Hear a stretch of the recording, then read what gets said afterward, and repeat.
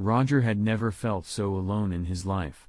Yes, he celebrated Christmas with his family, but he was alone.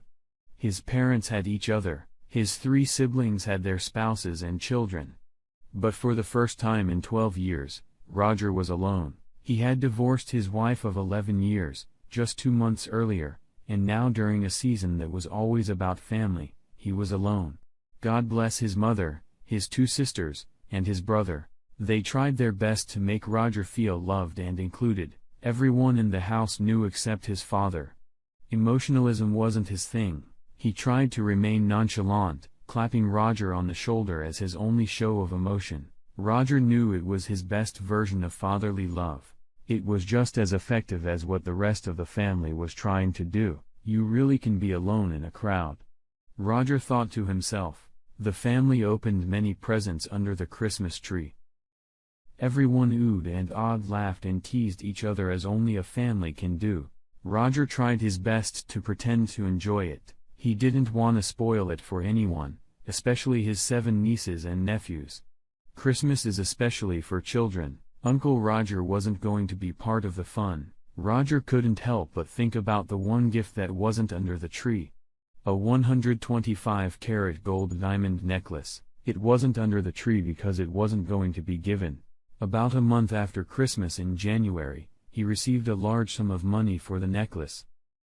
It was for his then-wife, Tracy, who was the love of his life in January. It wasn't until February that he found out she had been cheating on him for 6 months. 2 weeks later hit her with divorce papers. At that point, he thought about turning the necklace back in for a full refund, but he just couldn't even dare to look at it. Roger loved this woman with all his heart, with all his soul, and was absolutely certain that they were together for the long haul. He guessed that there really are none so blind as those who can't see. Roger had noticed that the couple's sex life had slowed down about 6 months before, but he told himself that was because he and Tracy had been married for 10 years, and that was normal. What he hadn't noticed until further reflection was the secretive way she read her messages and never parted with her phone. He trusted her completely and never ever thought she would betray his trust. Of course, even in his wildest dreams, Roger never expected someone outside of his family to pronounce his last name correctly, and when it happened, he just had to stop and talk to the person who had just done the impossible. One Thursday around lunchtime, a Tier 1 supplier dropped by unannounced, and Roger decided to impress him with a great lunch. Roger took him to the best barbecue place in town on the other side of town about 35 minutes away. Roger had probably only eaten there 3 times in the last 11 years, but John Steiner deserved better. When it came time to pay, Roger put his credit card on the bill. And when the waitress returned, she thanked him by name, right? Like many Polish names, the spelling of the name has nothing to do with the pronunciation. So when she pronounced Jigsaw Rat as Zikut, Roger nearly fell off his chair. He and John looked at each other in shock. "How do you know how to pronounce it?" he asked the waitress, who seemed to be of Asian descent. "You don't look Polish at all. When you see that name 2 days in a row, you immediately remember." She laughed. "Apparently, I was serving a couple of your relatives at lunch yesterday. I just had to ask how to pronounce the name." "Is Tracy Jigsaw Rat a relative?" "I didn't hear her husband's name, although the man is they were a pretty cute couple." John realized that the waitress was referring to Roger's wife, and Roger blushed like a stoplight but held back. "Yes. She's family," he said. "She and her handsome husband get a bit carried away sometimes, don't they? I'll put it this way. Sometimes I felt like I was interrupting a couple of horny teenagers. I hope to look as good as this woman when I'm in my 30s. Tracy was actually 37, but with a tight body and an abundance of curves, along with flawless porcelain skin and long dark brown hair, she could pass for late 20s. Roger guessed that the Mr. Sixocrat was actually Joey Brilliant, a salesman with a lush mop of hair. Tracy had been working at the same insurance agency and administration since about the time she and Roger had gotten married. Joey Brilliant had shown up at the office about a year ago, and Roger had heard from him almost every night after work for about 6 months. And then Tracy had suddenly stopped talking about him as if he didn't exist at all, perhaps another clue that Roger, Mr. Trusty, had missed. John and Roger drove to the office very quietly. Roger, wasting no time, hired a private investigator. Within 2 weeks, the investigator had obtained evidence, including a videotape of the lovers having in Tracy and Roger's bed on Wednesday morning, an hour after Roger left for work. The investigator warned Roger that the video was crude, but Roger, of course, wasn't even remotely prepared for such disrespect. "That fucking whore," Roger shouted into the computer screen as he watched the proceedings in the privacy of his office after hours. Roger didn't hesitate to have his attorney draw up the divorce papers. A week later, Tracy was served at work. After watching the video of his wife and lover performing in his marital bed, Roger had no problem embarrassing Tracy in front of her coworkers. Roger got home early in the evening. When Tracy drove the car into the garage, she practically ran into the house and started yelling at her husband. "What the fuck are you doing embarrassing me in front of my friends and coworkers and my boss, for God's sake?" she shrieked. Roger sat leaning back in his chair and sipped his Lizette Boy bourbon, the bottle resting on the table next to his chair. He calmly finished his sip and set the shot glass down. "Because I wanted you to feel a little of what I felt. I watched you and Joey Brilliant sleep in our marital bed, you horror. At least you could tell me our marriage was over.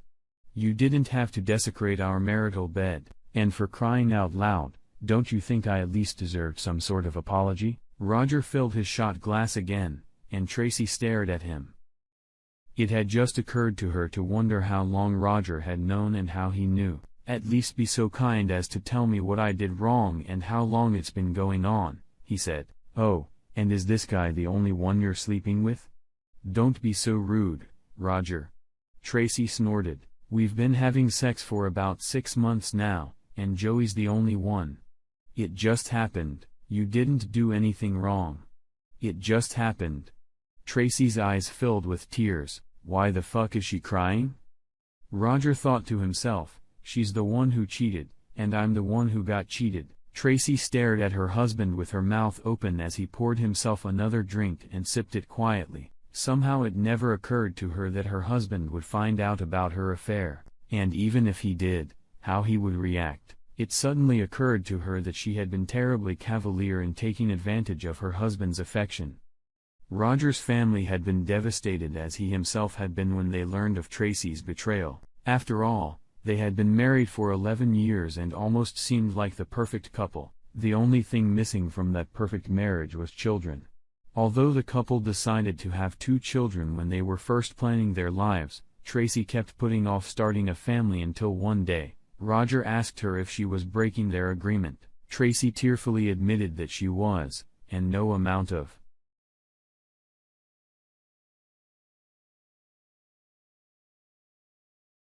see that he would let her do things her way. Mary Houston looked sadly at her husband. Last Christmas with its warmth and cheer seemed so far away. She thought this Christmas with the recent divorce of oldest daughter Tracy seemed almost ghostly. Yes. The house was full of their second daughter's family of 6, but Tracy, without Roger, seemed to be walking around in a bad dream. Plus, Roger was always the soul of the party when families got together. Although he and Tracy had no children, he loved his 4 nieces and nephews and was always supportive. For their part, Mary and George Houston simply adored their former son-in-law, and Tracy's feeble attempts to explain why their marriage had broken up never seemed adequate enough. Roger told his relatives that the decision to divorce belonged to Tracy, and he would not discuss it any further. Tracy felt the tension of the whole family as they spent the few days before and after Christmas together. She thought that being with the family would help her overcome the malaise she felt inside. But it turned out that being around the family had the opposite effect. Everyone seemed to be waiting for a better explanation as to why she and Roger had divorced, and it seemed her sister's children blamed her specifically for Uncle Roger not being around. The Hudsons hadn't invited Joey to family Christmas, and Tracy didn't fight for his participation in the event. She would miss his lean muscular body next to her in bed at night, but she wouldn't have to deal with the awkwardness of him being an outsider realizing that it had only been 2 months since the divorce was official, Joey hadn't been particularly resistant when Tracy told him she was going to her parents' house for the vacations without him. Tracy was stunned when she was served divorce papers at her place of employment one afternoon in late February. She had no idea that Roger knew about her affair. She had been so consumed with her personal life that she was terribly embarrassed when she was served, and she was pretty sure she caught Joey's smirk in the background. She drove home furious, but that anger was replaced by confusion when she ran into Roger. He was quiet and calm and seemed more interested in his bourbon than arguing with her. Besides, she knew she really didn't have any good answers to his questions. He seemed to know a lot about the case, including the fact that he and Joey had a date right in the bedroom. When Roger mentioned that, she even thought it sounded tasteless. She told Roger the truth that she didn't want it to happen. Virtually every woman in the office swooned when Joey joined the staff. His looks and charm quickly won over most of them. Tracy noted that the young man was very skilled at flirting and seemed to be very good at the seduction game. She didn't seem too bothered when Joey started chatting her up, assuming that she was immune to Joey's advances since she was completely in love with her husband. A casual lunch turned into a casual dinner, as Tracy told her husband several times that she had to work late. She admitted to herself that she enjoyed Joey's company, and the man was certainly handsome. At the fifth dinner, the couple ended up in a hotel room. And Tracy hesitated for only a minute before she found herself under Joey. Tracy knew this wouldn't be the only time for the two of them. Tracy was somewhat surprised that she wasn't overwhelmed with guilt as the two of them washed and dressed. Physically, she felt great and wasn't too worried about her husband. Completely satisfied with her young stud, Tracy refused to have sex with Roger. Joey's youthful enthusiasm, his overall strength and sexual stamina, combined with the illicit nature of what they were doing, kept Tracy hot and ready to go as long as the young man wanted. Then the two of them cuddled together, talking and laughing. It may not have been intentional, but the longer they were together, the closer Tracy became to Joey. Because Roger always trusted Tracy and gave her space, she didn't feel pressured in her relationship with Joey. The two were never frank about their relationship and were always careful with their dating, except when they occasionally used Tracy's marital bed at Joey's request. The young man found it exceptionally arousing to engage with Tracy in her marital bed, and being assured that they would not be caught, Tracy had to admit that she found it arousing as well.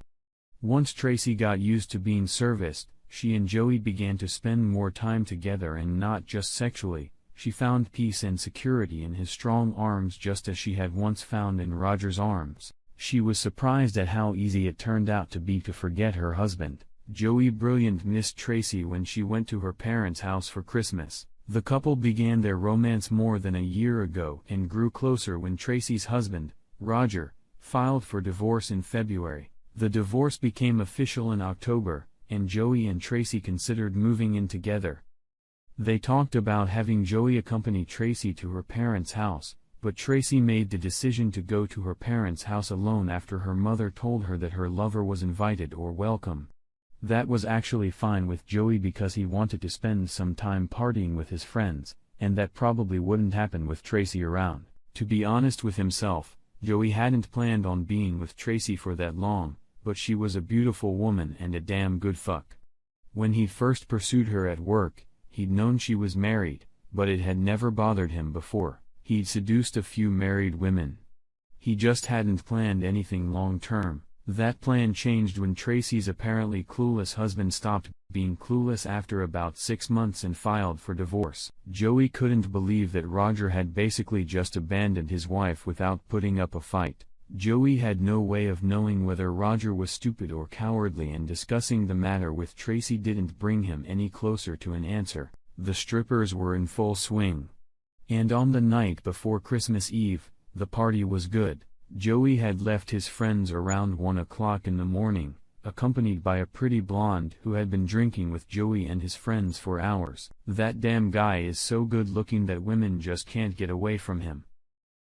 One of Joe's friends said to the other man, the men grind. It had been almost 5 years since Roger had last seen Mary Houston. He had always liked Mary and George. They had been very kind to him over the years and had nothing to do with their daughter had done. Roger still sent birthday and Christmas cards. When Roger walked into the Italian restaurant, Mary was already seated at a table. Although she and George lived an hour south, she had asked Roger to meet her at one of favorite restaurants near the apartment he had moved into after the divorce. At the thought of divorce, Mary's eyes moistened. Roger was a great guy, and even now, she couldn't understand what Tracy had done. When Roger came to the table, they hugged. "It's been too long, Roger," Mary said. "George and I and the rest of the family have missed you. We love you, Roger, and nothing Tracy has done will change that." "And I love all of you guys," Roger replied. "I'm sorry to be so distant from you guys. We understand, son. It's okay, but I have a selfish reason for wanting to see you. Remember Tracy's cousin, Bunny, the youngest of her wedding friends, who went into the Air Force shortly after the wedding? Well, she went back to civilian life and just got a job with an aerospace firm in your town. I was hoping you could show her around the city, introduce her to the right people, and just point her in the right direction. Honestly, I'm not asking for anything more than that." Roger smiled crookedly at his former mother-in-law. She feigned surprise. "It was a request for either you or my daughter. And right now, neither George nor I take much pleasure in seeing Tracy lead her own life, let alone help someone start a new one." Roger nodded in agreement. Enough said, he thought. A few days later, Roger called Bunny and invited her to lunch at the same restaurant where he had met Mary. He really didn't know what to look for because the last time he'd seen Bunny she was a thin, blonde-haired, freckled 19-year-old girl getting ready to go into the Air Force. Now she was 36 years old. The only hint Mary had given him was that Bunny no longer had freckles and her hair had darkened. Roger waited attentively as the waiters escorted the three lone brown-haired women to other tables. The fourth brown-haired woman turned out to be Bunny. Roger was more than surprised. She was well built from top to bottom. Roger figured her time in the service had certainly enriched the woman physically, and her sparkling blue eyes would make her a favorite of single men all over town. Roger decided that the dinner had gone well. Bunny had turned out to be very intelligent and had more than held up her end of the conversation. Roger reminded himself to call Mary and thank her for putting him in touch with Bonnie. Roger enjoyed Bonnie's company so much that he invited her over for a second lunch, then dinner and a concert. He definitely had Mary to thank. Tracy sat at a restaurant table waiting for her beau. In her 43 years, she was still a beautiful woman. To the gym, her date was a 50-year-old accountant. She was anticipating a pleasant, albeit unassuming evening. Now she was happily embracing the pleasurable. Since her divorce, Tracy thought her relationship with Joey was heading in a positive direction, perhaps toward marriage. The sex was amazing, and her emotional feelings for Joey continued to grow. However, about a year after the divorce, Tracy noticed that both the sex and emotional attachment to Joey had leveled off. She often wondered if the sexual decline was due to the fact that sex was no longer illegal. As for the emotional decline, Tracy often thought back to her marriage to Roger. She missed the little things she shared with Roger. The light touches, the sweet nothings he'd whispered to her after sex and over breakfast. She and Joey often shared time living in each other's apartments, but this sense of intimacy just never came up. Tracy began to suspect that Joey was seeing other girls. The couple hadn't discussed being exclusive, but Tracy assumed it would be after the divorce. When a burning pain in her intimate area is confirmed in STD, Tracy realized that her suspicions were confirmed. "You goddamn bastard!" Tracy screamed at Joey when she got the confirmation. "I gave up my marriage to a good man for you." Joey couldn't find anything to object. He only smirked across the table. A light went on over Tracy's head. 2 years later, when her STD had long since been cured, Tracy stood up to greet her beau and chastely kissed Fred Myers on the cheek. As she leaned in for the kiss, she noticed that Fred had Frederick Malle aftershave, the same expensive aftershave that Roger always used. She hadn't thought of Roger in half a day, she'd grind to herself. Joey certainly liked having Roger's wife. She was prettier than most of the wives of other men he'd had. And she was a great lover, so many women just lay around like dead fish. Tracy wasn't one of them. She seemed to enjoy illicit sex as well. Joey noticed that the arousal began to diminish when Roger filed for divorce from Tracy, but her emotional dependence on him seemed to grow. At first, Joey enjoyed the intimacy, but then he began to see it as a great burden. After he had been exclusive with Tracy for about 2 years, the itch for other women began to rear its head.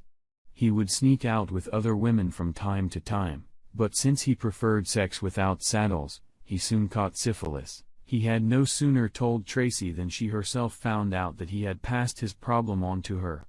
She was unhappy about getting the STD and what the disease meant for the couple's relationship. Joey didn't lose a minute of sleep over his breakup with Tracy. It was a huge party to celebrate Roger and Bunny's 25th wedding anniversary. Roger surprised his wife by renting a party room at their favorite restaurant and inviting friends and family, including the couple's 23-year-old son, Daryl, and 21-year-old daughter Abigail. No one was surprised by his former mother-in-law's role. 5 years after Roger divorced Tracy, Mary asked him to help out his younger cousin, Tracy, who was coming back to town after serving in the Air Force. Lunch turned into a relationship. Roger learned that Bunny was divorced. "You set me up, Mom," Roger said with a wry grin when he met Mary after learning about Bunny. "It was a really good plan, Mom." Mary smiled broadly and grinned. Roger looked embarrassed. "It wasn't a plan, Roger. I swear," Mary said quietly. "I was only asking you for a favor. There was no way I expected it to last. I knew you'd hardly been seeing each other since the divorce, but I never thought. I can't tell you how happy George and I are. You know, we always thought highly of you and love Bunny to death. We know you'll do right by the girl just like you always did right by Tracy when you were married." "Whoa, Mom. You're in a bit of a hurry now, aren't you?" "I don't think so, Roger," Mary replied. "You two look great together. She's got your heart, hasn't she? You know me well, Mother. Now suppose it does happen, who do I call Mom? You or your sister Grace? What about both of us?" "Grace may deserve the title, but I'd be incredibly hurt if you called me anything else after all these years." Mary was right. Roger admitted to himself. Bunny had his heart, and about 13 months after their first lunch, the couple had bonded in marriage. No, Tracy had not been invited by mutual consent of Bonnie and Roger. Mary and George only mentioned the neglect once, which meant they understood. A year later, Roger had his first child and 2 years later his second. After each birth, he thanked Bunny with expensive jewelry. Roger and Bunny were on the dance floor 2 hours after the party started. Her head was resting on Roger's shoulder, and she was nestled in his arms when Roger suddenly stopped moving and looked intently into his wife's eyes. He rummaged in his pocket and pulled out a small box that once held a diamond necklace. Roger went back to the jewelry store where he had bought the necklace years ago and exchanged it for a pair of diamond earrings. This time, he was sure he would have the opportunity to give them to his wife. Eventually, Tracy found a man she could grow old with. She was 52 when she married Franklin Jameson, a widower with 2 grown children. She admitted to herself that while Franklin was nothing special, at this point in her life, she probably wouldn't find anyone special and would be happy with a good man who loved her with all his heart. In her most intimate moments, Tracy admitted to herself that she had left her special man because of her own selfishness and stupidity. She fell in love with Joey's good looks, his youth, and her own lust, mistaking lust for love like a foolish schoolgirl. Even though she had 11 good years with Roger, he didn't give her any slack once he found out she was cheating. Who is she kidding? She thought to herself. She was too caught up in the intense feeling she was getting from illicit sex to realize what she was really risking. Her parents loved Roger like family and tried to get Tracy to see the truth about what she was doing. It took her over 2 years to admit to herself that she was thinking with her head below the belt. Getting an STD was an amazing experience for a woman who thought she was in control. Roger, marrying her younger cousin Bunny, was a blow to Tracy, especially when she found out that it was her mother who brought them together. She's family, Mom. How could you do this to me? Set her up with my ex. He left me for God's sake. Tracy whimpered. You deserve to be dumped. Mary shouted at her daughter. You cheated on him. I divorced your ass for that too. Whose side are you on, Mom? You should be on mine. You're my mother. No. I can't put up with deceit. I raised you better than that. Mary said quietly. Roger deserves a good woman even if she is your cousin. Why didn't Bonnie even invite me? She was one of my bridesmaids. Tracy said. She respected Roger's wishes. Mary said. I think everyone agreed that his feelings meant a lot more than yours. Given that Roger, Bunny and Tracy lived in the same town, their paths sometimes crossed. Roger was polite at best when he met Tracy. The cousins barely did more than stare angrily at each other. Eventually, Joey settled down and got married. His choice of women was no longer the same as before. His mugging when he was about 35 had left him with a permanent limp, and his once densely muscled body had degenerated into a loose one. His shorthand seemed to lose its impact on women as his physical condition deteriorated. In his more reflective moments, Joey knew he no longer had the best choice of women once he passed 40. He settled for an average woman with an average body who seemed to really love him. Even when he strayed, women no longer seemed as nice as they had a few years ago. The police questioned Roger and Tracy after Joey was robbed. The detectives were convinced that the robbers had taken too much pleasure in hurting Joey rather than robbing him. As she had suspected, no one had questioned Mary Houston about the attack on Joey. After all, why would the police suspect the sweet gray-haired grandmother? Mary guessed correctly. Although she blamed Tracy for her own mess, she knew that Joey was at least partly to blame for the destruction of Roger and Tracy's marriage, so he deserved part of the punishment. Although she hadn't told either Roger or Tracy of her intentions, she assumed they would both agree.